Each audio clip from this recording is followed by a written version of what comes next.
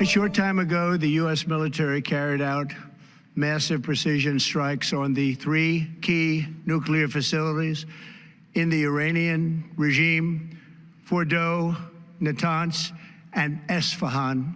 The United States striking Iran's nuclear facilities, providing offensive assistance for Israel in its war with Iran. President Trump addressing the nation from the White House directly after the strikes. Tonight, I can report to the world that the strikes were a spectacular military success. Israel's Prime Minister Benjamin Netanyahu expressing gratitude. Congratulations, President Trump.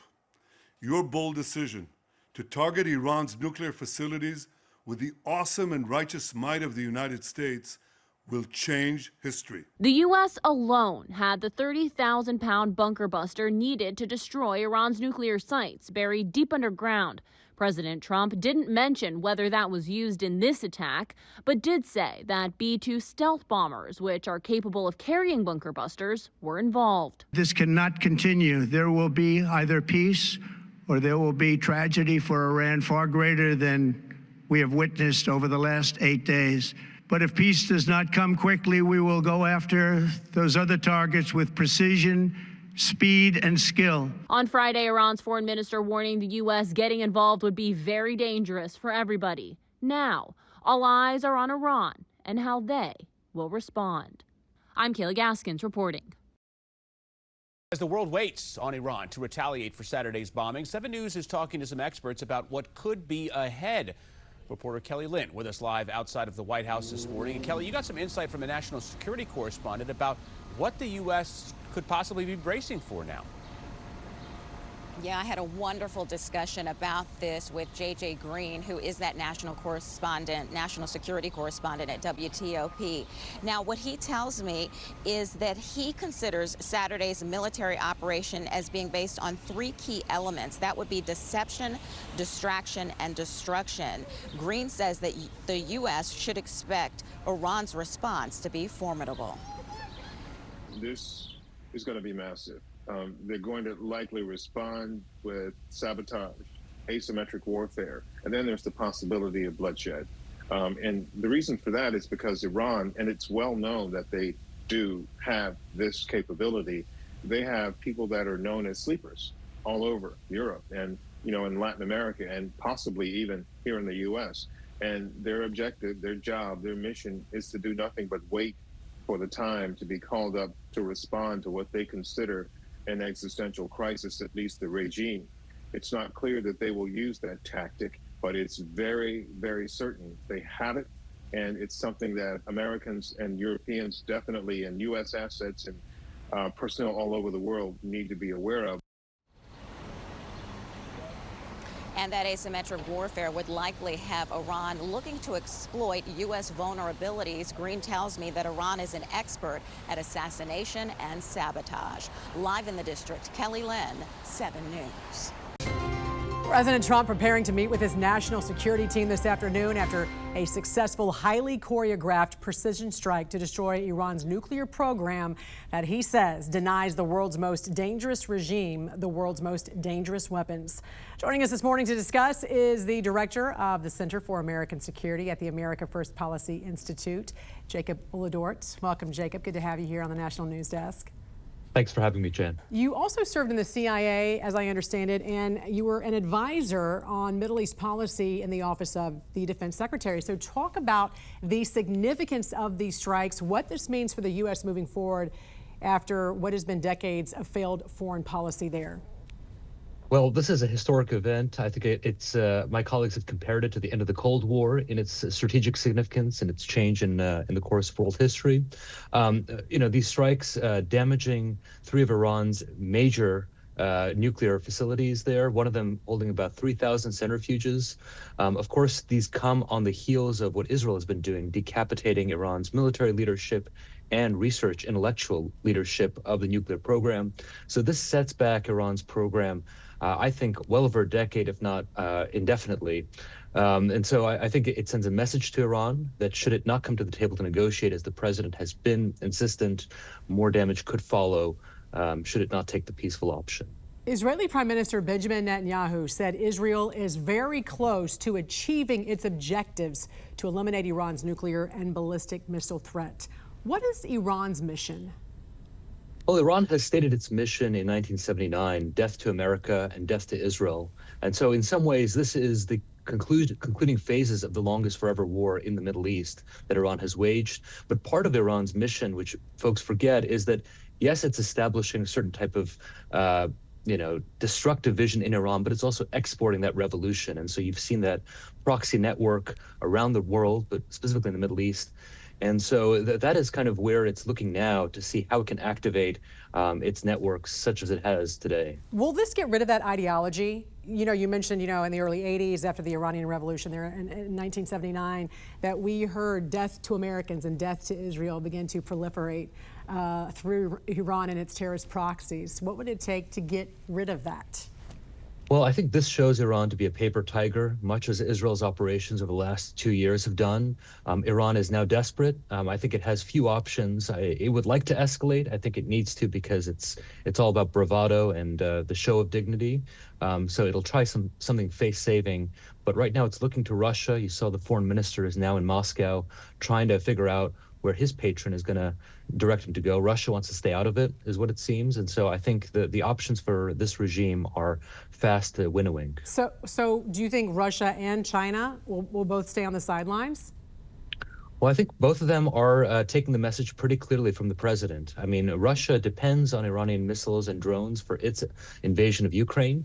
It does not want to see it in a more precarious position. And China depends on Iran for oil and has provided Iran with missiles. And so if they choose to escalate things further, as some officials have said, that could be an escalation towards the United States as well. The strikes obviously show America's strength and also proves to countries in the Middle East threatened by Iran that the U.S. could be a reliable ally. Does this increase the chances of a deal perhaps between the Saudis and Israelis? It most certainly does. I think, our partners in the region, much like Israel, if not more, fear and are concerned about the growing threat of a nuclear Iran. And so this is the sort of action that expedites the prospects for peace and broader cooperation between Israel and its partners, beginning with the normalization of ties with Saudi Arabia. So I think this is the type of leadership and assurance that our partners want to see from the United States. As eliminating threats without beginning wars. Moving forward now, what do you think's next? How worried are you about sleeper cells in the U.S.? What about U.S. military bases in the Middle East? Well, I think, as I mentioned, Iran has few options, but it does have a couple of options. Some of those are cyber attacks. Others are those sleeper cells. Of course, our government is on high alert, high defenses. Should Iran choose to attack, even injure an American citizen, whether at home or abroad, that would be a direct affront and escalation towards the United States. We saw in 2020 what President Trump did when an American contractor was killed in Iraq. He took out Iran's senior-most commander. So I think Iran would be wise not to do that. The Strait of Hormuz, of course, another area of concern, but as the Secretary of State said, that would be a dangerous mistake on the Iranians' part and suicidal for them. Right, because China relies on it just as well exactly. as the other nations do. Director of the Center for American Security at the America First Policy Institute, Jacob Olort. Great to see you. Thanks for joining us this morning and giving us your insight. We appreciate it. Thank you for having me, Jen. Military officials praised the strikes on Iran in a secretive operation that targeted 3 of the country's nuclear sites. Final battle damage will take some time, but initial battle damage assessments indicate that all 3 sites sustained extremely severe damage and destruction. The world is waiting to see what Iran might do next now that the U.S. has gotten directly involved in the conflict supporting Israel. Iran's state media has already come out with frequent warnings, with this broadcast showing a map of U.S. bases in the region and a threat that every American citizen and soldier is now a legitimate target. Iran's foreign minister says the strikes will have long-lasting consequences. What is completely sure is that Iran is entitled under Article 51 of the UN Charter to exercise its right of self-defense. And we will do that for sure. There's around 40,000 U.S. troops in the region at multiple bases and embassies that have already been on high alert. Iran hit Tel Aviv with a missile barrage following the U.S. strikes, causing damage and reportedly wounding dozens. It's unclear whether Iran would try to directly strike American assets in the region or use proxies. Israel has been targeting Iranian military sites for more than a week. The U.S. issued its own warnings to Iran not to escalate the war, both abroad and domestically, through potential lone wolf terror attacks. I think that we're prepared in the event that the Iranians do retaliate, but my message to the Iranians is it would be the stupidest thing in the world if they did. And we know that a lot of people who we don't have full accounting of were let in over the last 4 years under the Biden administration. We know that some of those people were on terrorism watch lists. But there's also economic retaliation. Trying to cut off the Strait of Hormuz could spike oil prices. Iran's options for retaliation are like the tactical equivalent of a suicide bombing. The blowback for them would be tremendous. A bulletin issued Sunday from Homeland Security warned of a heightened terrorism threat environment, including cyber attacks inspired by the strikes on Iranian targets. Reporting in Washington, I'm Matt Gulka. John, thank you. Well, after the bombing of Iranian nuclear sites over the weekend, security has been stepped up in several cities across the country, including here in D.C. Federal officials are warning of potential cyber and physical retaliation. 7 News reporter John Gonzalez picking up our team coverage from there, joining us live from MPD headquarters this morning. John, good morning. Adam, good morning. And this morning, the Pentagon says that these U.S. strikes over the weekend effectively destroyed Iran's enrichment capabilities. But now the aftermath is being felt here at home, and that is the concern. We are live at D.C. Police headquarters because federal agencies are urging law enforcement in agencies in major cities, including, of course, here in D.C., to stay alert. Homeland Security officials say they are monitoring for any signs of retaliation, including cyber attacks or asymmetric threats. The D.C. region is on what officials are calling this morning a heightened precautionary posture. Despite online speculation, the Metropolitan Police Department confirms there are currently no known threats to the district. Still, law enforcement has beefed up patrols, especially near synagogues, mosques, and foreign embassies. Joint Base Andrews and Walter Reed have also implemented tighter access controls.